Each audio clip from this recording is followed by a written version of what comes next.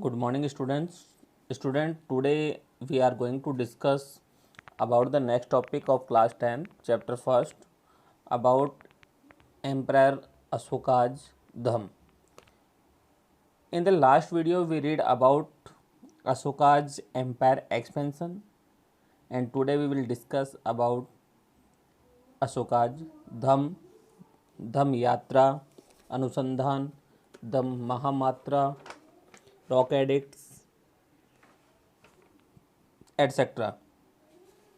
तो student, in this video we will talk about Ashoka's dhamma. Ashoka's धम। तो स्टूडेंट, आज हम बात कर रहे हैं अशोक के धम के बारे में कि अशोक ने जो अपनी युद्ध की पद्धति थी जिसको हम भेरी घोष कहते थे उसको त्याग करके उन्होंने किसको अपना लिया था? धर्म की नीति यानी धम घोष को अपना लिया था। तो स्टूडेंट, आज हम सबसे पहले जाने कि एक्चुअल में धम क्या है उसके बारे में आज हम देखते हैं। तो स्टूडेंट, देखते हैं हम कि the idols establish by Ashoka's for the moral development of people were called धम। यानी कि अशोक ने जो है जो आइडल्स एस्टेब्लिश किए थे of people for the moral development of people, लोगों के मोरल डेवलपमेंट के लिए अशोक ने जो भी आइडल्स एस्टेब्लिश किए उसको हम किस नाम से जानते हैं? धम के नाम से जानते हैं। कि अशोक ने मनुष्य की जो मॉरल डेवलपमेंट किस तरह से हो सकता है उसके लिए उसने जो भी आइडल बनाए वो क्या कहलाए?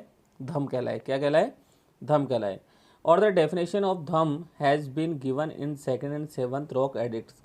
अशोक के 14 मेजर रॉक्स थे, उनमें से सेकंड और सेवन जो रॉक एडिक्ट्स था उसके अंतर्गत धम की डेफिनेशन दी गई है, धम के बारे में बताया गया है। तो हम क्या कहेंगे कि अशोक ने मॉरल डेवलपमेंट ऑफ पीपल, लोगों के मॉरल डेवलपमेंट के लिए जो आइडल इस्टेब्लिश किया उसको हम किस नाम से जानते हैं? धम के नाम से जानते हैं। और अशोक ने ये जो धम की डेफिनेशन दी है वो कौन से रॉक एडिक्ट्स में दी है? सेकंड और सेवन्थ रॉक एडिक्ट्स के अंतर्गत उसने ये दी है। तो स्टूडेंट, यहाँ पर हम थोड़ा सा अशोक के धम के बारे में बात कर रहे हैं कि according to Ashoka, shunning sinful action, welfare of the world, charity, compassion, truth and purity of action is dhamma. कि अशोक के अनुसार धम क्या है? तो हम बात करें कि सनिंग सिनफुल एक्शन, जो भी हमारे सिनफुल एक्शंस हैं, हमारे जो भी बुरे कार्य हैं, जो भी पाप कर्म है, एक तरीके से हम कह सकते हैं उनको सनिंग करना अर्थात उनसे दूर करना हम एक तरीके से।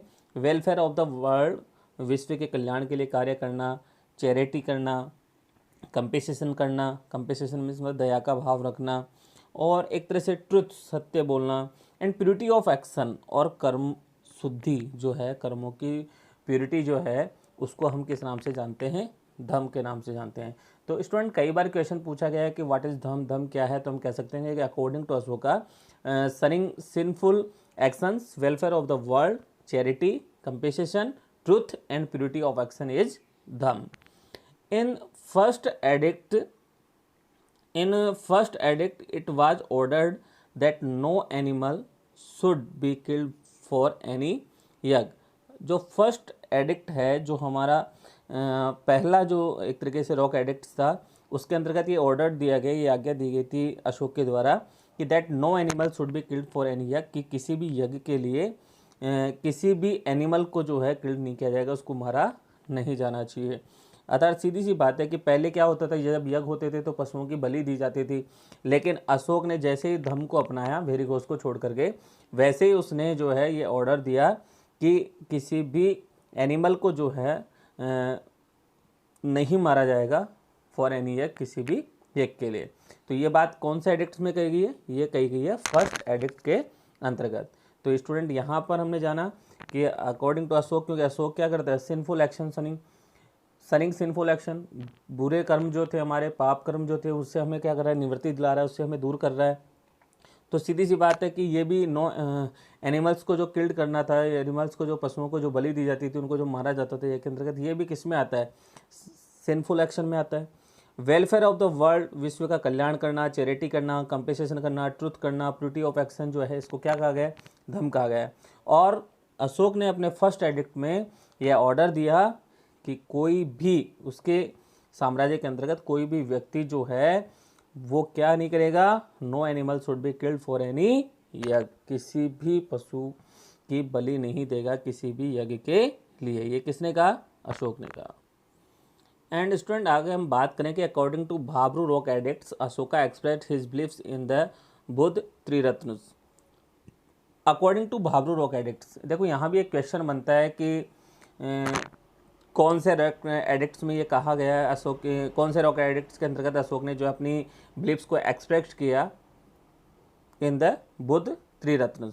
यहाँ पर हम बात करें कि बुद्ध के जो त्रिरत्न थे, अशोक ने जो है बुद्ध के त्रिरत्न जो थे उसको बताया यहाँ पर। और वो त्रिरत्न कौन कौन से थे? बुद्ध है, धम्म है और संघ, संघ यानी काउंसिल। तो यहाँ पर जो है ये क्वेश्चन कई बार पूछा जाता है कि बुद्ध के त्रिरत्नों का उल्लेख हमें किस शिलालेख से किस रॉक एडिक्ट से प्राप्त होता है, तो हम कह सकते हैं कि वो हमें भाब्रू रॉक एडिक्ट से प्राप्त होता है। और according to Bhabru rock edict, Bhabru rock edict के अनुसार अशोक ने अपनी जो बिलीफ्स हैं उनको किस रूप में एक्सप्रेस्ड किया, तो हम कह सकते हैं कि इन द बुद्ध त्रिरत्न। और वो त्रिरत्न कौन कौन से हैं? बुद्ध, धम्म और संघ। स्टूडेंट अब हम बात करते हैं कि एसेंशियल कंडीशन ऑफ फॉलोइंग धम्स, धम्म को फॉलो करने के लिए कौन कौन सी एसेंशियल कंडीशंस हैं। कई बार ये क्वेश्चन जो है एग्जाम में भी पूछा जा चुका है, तो हम बात कर रहे हैं कि अशोक के धम्म को फॉलो करने के लिए कौन कौन सी एसेंशियल कंडीशन होनी चाहिए। जैसे सबसे पहले हम बात करें कि सेंटली नेचर होना चाहिए, अर्थात उसके अंतर्गत स्वभाव उसका अच्छा होना चाहिए, साधु स्वभाव होना चाहिए, एक तरीके से हम कह सकते हैं। Performing works of public welfare, उसको पब्लिक वेलफेयर के जो है कार्यों को परफॉर्म करना चाहिए। सनिंग ऑल इवल्स, उसके अंतर्गत जितनी भी बुराइयां हैं, इवल्स हैं जितने भी, उन सबको क्या करना चाहिए? सनिंग करना चाहिए, उनको दूर करना चाहिए।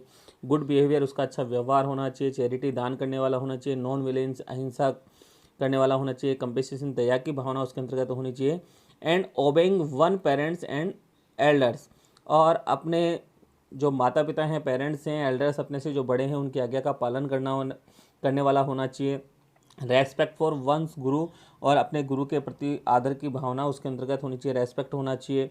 And being charitable to friends, relative, Brahmans and needy, जो भी नीडी लोग हैं, जो भी ब्राह्मण हैं, जो रिलेटिव्स हैं या जो भी फ्रेंड्स हैं, उनके प्रति चैरिटेबल उसको होना चाहिए। तो यहाँ पर अशोक की जो है हमें एसेंशियल कंडीशन बताई गई है धम्म को फॉलो करने की, कि धम्म को फॉलो करने के लिए एक व्यक्ति के अंतर्गत कौन कौन सी कंडीशन होनी चाहिए, वो कंडीशन यहाँ पर बताई गई है। और वो कौन कौन सी हैं? Saintly nature, performing works of public welfare, shunning all evils, good behaviour, charity, non violence, compassion, obeying one parents and elders, respect for one's guru and being charitable to friends, relative, Brahmins, needy etcetera. तो यहाँ पर हम कह सकते हैं कि एक व्यक्ति को जो किसको अपनाना चाहता है? धम्म को अपनाना चाहता है, तो उसके अंतर्गत उसका नेचर सेंटली होना चाहिए, वो पब्लिक वेलफेयर के कार्यों को परफॉर्म करने वाला होना चाहिए, उसके अंतर्गत ऑल इविल सनिंग, जितनी भी बुराइयां उन सबको दूर करके, गुड बिहेवियर, उसका अच्छा व्यवहार हो, चैरिटी करने वाला हो, नॉन वॉलेंस हो, कंपेशन की भावना उसके अंतर्गत हो, obeying one parents and elders, अपने माता पिता और बड़ों की आज्ञा का पालन करने वाला हो, रेस्पेक्ट फॉर वन गुरु, अपने गुरु के प्रति उसका रेस्पेक्ट कर दे, अपने गुरु का रेस्पेक्ट करने वाला हो। And being charitable to friends, relative, Brahmans and needy etcetera, और जो भी नीडी व्यक्ति हैं, ब्राह्मण हैं, रिलेटिव हैं या जो भी फ्रेंड्स हैं, उनके लिए वो चैरिटेबल होना चाहिए। स्टूडेंट अब हम बात करते हैं धम्म यात्रा के बारे में, जो रिलीजियस ट्रेवल्स थी जिसको धम्म यात्रा के नाम से जाना जाता है। हम बात करते हैं कि before the rule of Ashoka, Ashoka के रूल से पहले जो भी जितने भी राजा हुआ करते थे, जितने भी किंग्स हुआ करते थे, यूज्ड टू गो फॉर विहार यात्रा। वो किस पर जाते थे? विहार यात्रा पर जाते थे। विहार यानी फॉरेस्ट ट्रेवल पर वो जाया करते थे। और वहाँ पर देख, राजाओं को उस समय क्या हुआ करता था? शिकार करने का शौक हुआ करता था, तो वहाँ पर जा करके and they killed animals for their entertainment, और वो अपने मनोरंजन के लिए वहाँ पर क्या करते थे? पशुओं का शिकार करते थे, पशुओं को मारा करते थे।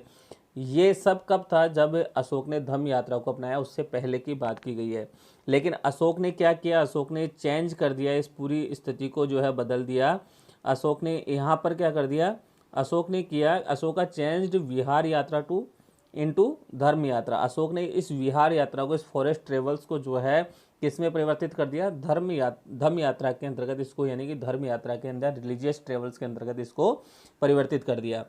And were made to Buddhist pilgrims, जितने भी बुद्धिस्ट पिलग्रिम्स थे, जितने भी बौद्ध तीर्थ स्थान थे, वहाँ की यात्रा करने के लिए कहा था। जो विहार यात्रा थी उसके बजाय कहाँ की यात्रा की जानी चाहिए? बुद्धिस्ट पिलग्रिम्स की, यानी बौद्ध जो तीर्थ स्थान है वहाँ की यात्रा करनी चाहिए। And Brahmans, sermons and needy people were given gold in charity, और जितने भी ब्राह्मण हैं, जितने भी सरमण हैं, या जितने भी नीडी पीपल हैं, अर्थात जिनको आवश्यकता है, ऐसे लोगों को वर गिवन गोल्ड इन चैरिटी, वहाँ पर लोगों को गोल्ड की चैरिटी की जाती थी, लोगों को गोल्ड चैरिटी में दिया जाता था। तो अशोक ने जो है पूरी तरीके से, एक तरीके से धम्म यात्रा को बदल करके रख दिया, क्योंकि अशोक के शासन से पहले लोग विहार यात्रा पर जाते थे, अर्थात वहाँ पर जो है पशुओं का शिकार, एनिमल्स का जो है शिकार करने जाते थे, वहाँ पर एनिमल्स को मारा जाता था। लेकिन अशोक ने पूरी तरीके से, क्योंकि वो विपन्स को त्याग चुका था, पूरी तरीके से जो है उसने धम्म को अपना लिया था, तो उसने पूरी तरीके से क्या कर दिया, विहार यात्रा को किस में परिवर्तित कर दिया? धम्म यात्रा के अंतर्गत परिवर्तित कर दिया। और उसने कहा कि विहार यात्रा के बजाय हमें कहाँ जाना चाहिए? बुद्धिस्ट पिलग्रिम्स की यात्रा करनी चाहिए, बौद्ध जो तीर्थ स्थान है उनकी ट्रेवल करनी चाहिए, और वहाँ पर जा कर के हमें ब्राह्मणों को, श्रमणों को, या जो भी नीडी पीपल हैं उनको चैरिटी में क्या देना चाहिए? गोल्ड देना चाहिए। ये किसने कहा? अशोक ने। स्टूडेंट, अब हम बात करते हैं अनुसंधान के बारे में। किसके बारे में बात करते हैं? अनुसंधान के बारे में। अनुसंधान क्या होता है? देखिए, the state employees like Pradeshik Rajjuk and Yuktaks were sent on journey for propagation of religion every 5th year, this was called Anusandhan. ये 2 नंबर का क्वेश्चन कई बार हमारे बोर्ड एग्जाम में भी पूछा गया है कि द स्टेट एम्प्लॉयज, जो राज्य के जो एम्प्लॉयज हुआ करते थे अशोक के साम्राज्य के अंतर्गत, जैसे कि हम बात करें वो जैसे कौन कौन हुआ करते थे, कर्मचारियों की बात करें, एम्प्लॉयज़ की बात करें, तो वो जैसे कि प्रादेशिक हैं, रज्जुक हैं, या युक्तक्स जो हुआ करते थे, उनकी यहाँ पर बात की जा रही है कि जो प्रादेशिक, रज्जुक और युक्तक्स हुआ करते थे उनको एवरी 5th ईयर, प्रत्येक 5वें वर्ष में जो है, या प्रत्येक 5 वर्ष में जो है, फॉर प्रोपगेशन ऑफ रिलीजन, धर्म के प्रोपगेशन के लिए, धर्म के प्रचार प्रसार के लिए जो है उनको जर्नी पर भेजा जाता था। किनको? जो स्टेट एम्प्लॉयज हुआ करते थे, जैसे कि प्रादेशिक हैं, रज्जुक हैं, या युक्तक्स हैं, उनको धर्म का प्रचार प्रसार करने के लिए एवरी 5th ईयर, प्रत्येक 5वें वर्ष जो है उनको जर्नी पर भेजा जाता था। और इस सारी प्रक्रिया को क्या कहते थे? अनुसंधान कहते थे। क्या कहते थे? अनुसंधान कहते थे। तो स्टूडेंट, यहाँ पर हम बात करें कि क्वेश्चन है कि व्हाट इज अनुसंधान, तो हम कह सकते हैं कि the state employees like Pradeshik, Rajjuk and Yuktaks were sent on journey for propagation of religion every 5th year, this was called अनुसंधान। अर्थात कि अशोक के समय के अंतर्गत जो स्टेट एम्प्लॉयज हुआ करते थे, अर्थात जो प्रादेशिक, रज्जुक और युक्तक्स हुआ करते थे, उनको एवरी 5th ईयर, प्रत्येक 5वें वर्ष जो है, सेंट ऑन जर्नी, उनको यात्रा पर भेजा जाता था। और कौन सी यात्रा पर? Propagation, for propagation of religion, धर्म के प्रचार प्रसार के लिए उनको यात्रा पर भेजा जाता था। और इस सारे सिस्टम को क्या कहते थे? अनुसंधान कहते थे। स्टूडेंट, अब हम बात करते हैं धम्म महामात्रा कौन हुआ करते थे। धम्म महामात्र कौन हुआ करते थे उसके बारे में बात करें कि अशोक ने क्या किया था कि धम्म महामात्रों को अपॉइंट किया था। अशोक अपॉइंटेड धम्म महामात्रा। अशोक ने जो है धम्म महामात्रों को अपॉइंट किया था। और क्यों किया था? एक्चुअल में अशोक क्या चाहता था उन धम्म महामात्राओं से, कि वो उनका क्या कार्य था? तो हम बात करते हैं कि जो धम्म महामात्रा हुआ करते थे उनका मेन जो वर्क हुआ करता था, एक तरह से वो हुआ करता था to propagated dhamma religion among the people, कि जो लोग थे उनके अंतर्गत धर्म क्या है उसका प्रचार करना, उसको प्रोपगेटेड करना, लोगों को धर्म के बारे में बताना। ये सबसे मेजर वर्क था किसका? धम्म महामात्रों का, कि वो लोगों के अंदर जाएं और धर्म का प्रोपगेटेड करें, धर्म का प्रचार करें। And to inspire them for charity and public welfare activities, और उनको इंस्पायर करें, उनको प्रोत्साहित करें कि वे पब्लिक वेलफेयर एक्टिविटीज़ में ज़्यादा से ज़्यादा हिस्सा लें, चैरिटी करें, और releasing prisoners and reducing their punishment, और जो प्रिजनर्स हैं, जो कैदी हैं, उनको रिलीज़ करें, उनको छोड़ दिया जाए, उनको मुक्त कर दिया जाए। एंड रिड्यूसिंग देयर पनिशमेंट, या फिर उनकी पनिशमेंट को क्या कर दिया जाए? रिड्यूस कर दिया जाए। And providing financial help to their dependents, और उनके ऊपर जो डिपेंडेंट हैं उनको क्या की जाए, फाइनेंशियल हेल्प जो है प्रोवाइड करवाई जाए। तो ये मेन कार्य थे किसके, धम्म महामात्रों के। धम्म महामात्र जिनको अपॉइंट किया गया था अशोक ने क्या किया था, जैसे उनका कोरोनेशन हुआ था उसके 14th ईयर्स में, 14वें वर्ष के अंतर्गत अशोक ने जो है धम्म महामात्रों को अपॉइंट किया था। और उनको अपॉइंट करने का जो मुख्य रीजन था वो क्या था, मेन कार्य जो थे, जो धम्म महामात्रा थे उनके क्या मेन कार्य थे कि to propagated dhamma religion among the people, to inspire them for charity and public welfare activities, releasing prisoners and reducing their punishment, providing help to their dependents. अर्थात धम्म महामात्रों को नियुक्ति करने का कार्य था कि वो धम्म का लोगों के अंतर्गत ज़्यादा से ज़्यादा प्रोपगेटेड करें, ज़्यादा से ज़्यादा प्रचार करें, लोगों को इंस्पायर करें कि वो ज़्यादा से ज़्यादा चैरिटी करें या पब्लिक वेलफेयर एक्टिविटीज़ में हिस्सा लें। रिलीजिंग प्रिजनर्स, जो भी कैदी हैं उनको रिलीज किया जाए या फिर उनकी पनिशमेंट को जो है क्या किया जाए, रिड्यूस किया जाए। और या फिर जो देयर डिपेंडेंट्स, जो उन पर डिपेंडेंट हैं उनको प्रोवाइडिंग फाइनेंशियल हेल्प, उनको फाइनेंशियल हेल्प जो है उपलब्ध करवाई जाए। ये सारे कार्य किसके हुआ करते थे, धम्म महामात्रों के हुआ करते थे। स्टूडेंट, ये जो आप देख रहे हो addicts of emperor Ashok, Ashok के सम्राट अशोक के जो भी एडिक्ट्स थे, जो मुख्य स्थान थे जहाँ पर उसने जो अपने एडिक्ट्स जो हैं उसके मिले हैं हमें, तो वहाँ पर उस अशोक ऐसा पहला शासक था जो एडिक्ट्स के माध्यम से जो है अपनी प्रजा को एड्रेस किया करता था, अपनी प्रजा को संबोधित किया करता था। जो स्टूडेंट आप देख रहे हो कि यहाँ पर जो है ये एक पिलर है और यहाँ पर ये जो लिखा हुआ है आप देख रहे हैं, ये जो लिखा हुआ है ये क्या है, एडिक्ट्स हैं। क्योंकि पहले, सबसे पहले उस समय जो है हमारी तरह यहाँ पर जो है लिखने की शैली जो थी एंशिएंट इंडिया के अंतर्गत अशोक के समय में, उस समय वहाँ पर वो क्या करते थे, किसी भी जो है पिलर पर, किसी भी पत्थर पर, रॉक्स पर जो है वो लिख करके अपनी प्रजा को अपने बारे में बताया करते थे, अपनी प्रजा को संबोधित किया करते थे। तो ये अशोक ने भी जो है बहुत सारे जो है एडिक्ट्स के माध्यम से अपनी प्रजा को संबोधित किया, और ये मुख्य जो क्षेत्र हैं जहाँ पर हमें उसके रॉक एडिक्ट्स मिले हैं। तो स्टूडेंट अब हम बात करते हैं rock addicts of Ashok. Ashok के जो रॉक एडिक्ट्स हैं उसके बारे में हम बात करते हैं कि Ashoka was the first Indian ruler who addressed his public through addict. Ashok ऐसा पहला इंडियन शासक था, इंडियन रूलर था, जिसने अपनी प्रजा को किसके माध्यम से एड्रेस किया, एडिक्ट्स के माध्यम से एड्रेस किया। अपनी बात को जो है प्रजा के सामने किस तरीके से रखा, एडिक्ट्स के थ्रू उसने अपनी प्रजा के सामने अपनी बातों को रखा। And he goat the inspiration from Dara Darius first the ruler of Iran. और इसको जो ये इंस्पिरेशन मिली, ये जो प्रेरणा मिली थी एक तरीके से, ये कौन सी इंस्पिरेशन मिली थी, जो रॉक एडिक्ट्स के माध्यम से अपने प्रजा को एड्रेस करने की, वो इंस्पिरेशन उसको रूलर ऑफ ईरान, ईरान का जो शासक था जिसका नाम था दारा या डेरियस प्रथम फर्स्ट, उससे जो है उसको ये इंस्पिरेशन मिली थी। किसको, अशोक को। और अशोक के मोस्ट ऑफ एडिक्ट्स जो हैं वो किस में लिखे हुए थे, ब्राह्मी स्क्रिप्ट में लिखे हुए थे। लास्ट टाइम भी मैंने आपको बताया था कि स्क्रिप्ट क्या होती है, कि handwriting as distinct from print या रिटर्न करेक्टर्स में जो हुआ करती है उसको हम क्या कहते हैं, स्क्रिप्ट कहते हैं। तो अशोक के मोस्ट ऑफ एडिक्ट्स जो थे वो कौन सी स्क्रिप्ट में लिखे हुए थे, ब्राह्मी स्क्रिप्ट के अंतर्गत लिखे हुए थे। And the addicts found in Mansera and Shahbazgarhi.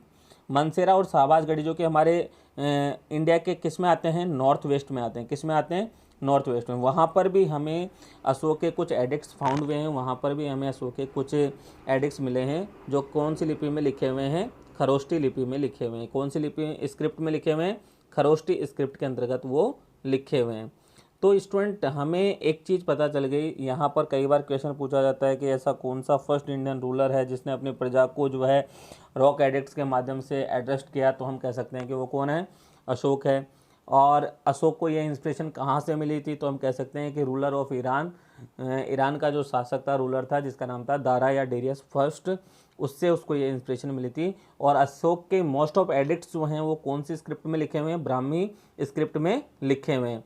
और हम बात करें कि अशोक के जो मनसेरा और शाहबाजगढ़ी जो हमारे नॉर्थ वेस्ट इंडिया है वहाँ पर जो एडिक्ट्स प्राप्त हुए हैं वो कौन सी स्क्रिप्ट में लिखे हुए हैं, खरोष्टी लिपि में लिखे हुए। देखो स्टूडेंट, हम बात करें कि देखो नॉर्थ वेस्ट कौन सा हो गया, जैसे हम बात करें कि ये हमारा हो गया नॉर्थ और ये हमारा हो गया वेस्ट, तो नॉर्थ ये जो स्थान है ये कौन सा हो गया, नॉर्थ वेस्ट हो गया हमारा।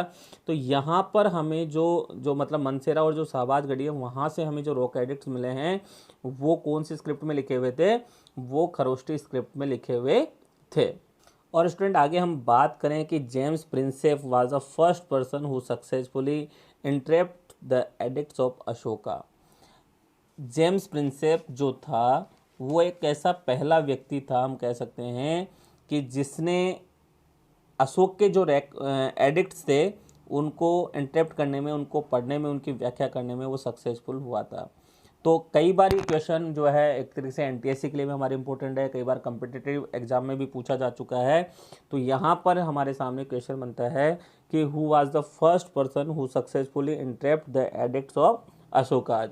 तो हम कहेंगे कि जेम्स प्रिंसेप जो था वो ऐसा पहला व्यक्ति था जो सक्सेस हुआ था किसमें, interrupt the edicts of Ashoka, Ashoka के एडिक्ट्स को पढ़ने में उसने पहली बार जो है सफलता जो मिली थी वो किसको मिली थी, जेम्स प्रिंसेप को मिली थी। और श्रीलंकन किंग तिस जो थे इन्फ्लुएंस्ड बाय अशोका, वो अशोक से प्रभावित हुए थे। श्रीलंका के जो राजा थे उस समय तिस, वो अशोक के विचारों से बड़े प्रभावित हुए and adopt the title of Devanam Priya. और उसने कौन सी टाइटल को अडॉप्ट कर लिया, देवानाम प्रिय, जो किसको दी गई थी, हमने पहले भी पढ़ा अशोक को ही मिली थी देवानाम प्रिय और देवानाम प्रिय दर्शी। तो देवानाम प्रिय जो टाइटल था उसको जो अडॉप्ट कर लिया था किसने, श्रीलंकन किंग तिस ने। And he was invited Ashoka on his coronation, और उसने अपने कोरोनेशन में यानी अपने राज्याभिषेक के अंतर्गत जो है अशोक को इन्वाइट भी किया था, लेकिन अशोक जो है वहाँ पर नहीं जा पाए थे। अशोक ने क्या किया था, Ashoka sent his son Mahendra to Sri Lanka, और अशोक ने जो है अपने बेटे महेंद्र, उनका एक बेटा था जिसका नाम था महेंद्र और एक बेटी थी, डॉटर थी जिसका नाम था Sanghamitra.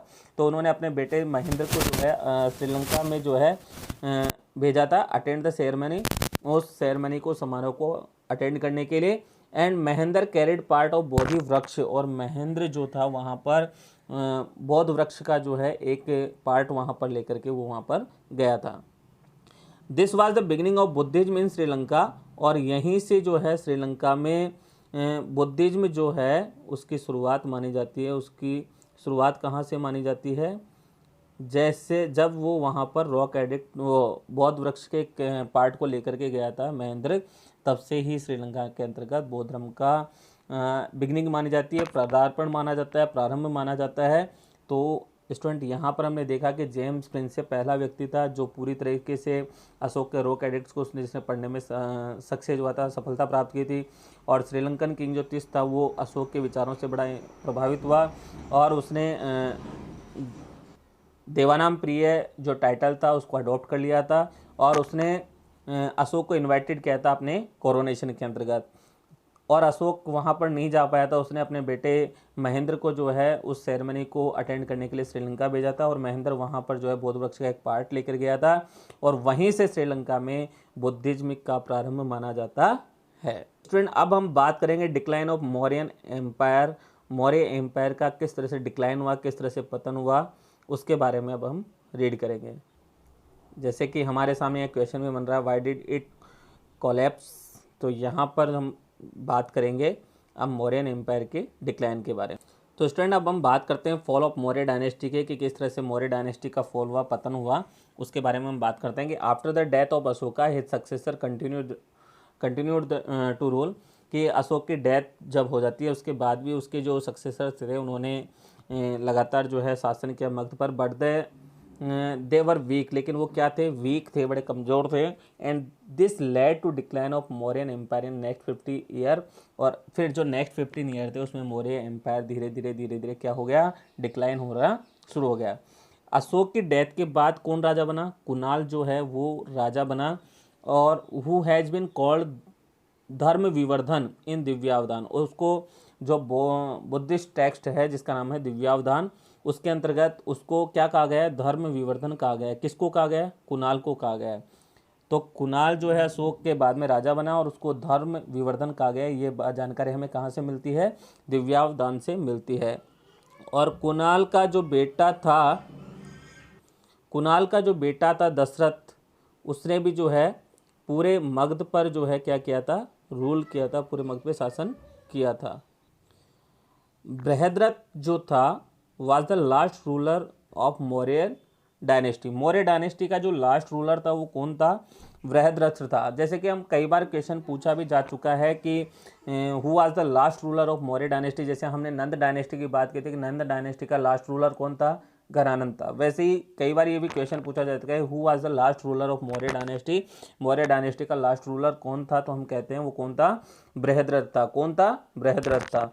Who was killed by his ब्राह्मण मिनिस्टर पुष्यमित्र शुंग, जो कि उसका जो ब्राह्मण मित्र मिनिस्टर था, मंत्री था, उसके द्वारा, जिसका नाम क्या था, पुष्यमित्र शुंग, उसके द्वारा बृहद्रथ को क्या कर दिया जाता है, मार दिया जाता है, उसकी हत्या कर दी जाती है। और पुष्यमित्र शुंग जो थे उसने फाउंडेड द शुंग डायनेस्टी, और उसने क्या किया था, पुष्यमित्र शुंग ने जो है एक नई डायनेस्टी को इस्टेब्लिश किया, जिसको किस नाम से जानते हैं हम, जिसको हम शुंग डायनेस्टी के नाम से जानते हैं। तो यहाँ पर हमें एक चीज़ समझ में आती है कि लास्ट रूलर कौन था मौर्य डायनेस्टी का, बृहद्रथ था, और उसको किसने मार दिया था, उसके ही मिनिस्टर ने, जिसका नाम था पुष्यमित्र शुंग, और उसने एक नई डायनेस्टी इस्टेब्लिश की जिसको किस नाम से जाना गया, शुंग डायनेस्टी के नाम से जाना गया। तो स्टूडेंट हम बात करें कि मौर्य डायनेस्टी में कौन कौन से रूलर हुए जिन्होंने शासन किया, तो हम बात कर सकते हैं कि चंद्रगुप्त मौर्य है, बिंदुसार है, अशोक है, दशरथ है, कुणाल है, संप्रति है, और हम बात करें कि देववर्मन है और बृहद्रथ है। इन्होंने जो है मौर्य डायनेस्टी पर रूल किया, शासन किया था। तो स्टूडेंट लेक्चर कंप्लीट होता है। नेक्स्ट वीडियो के अंतर्गत हम मौर्यन एडमिनिस्ट्रेशन के बारे में पढ़ेंगे।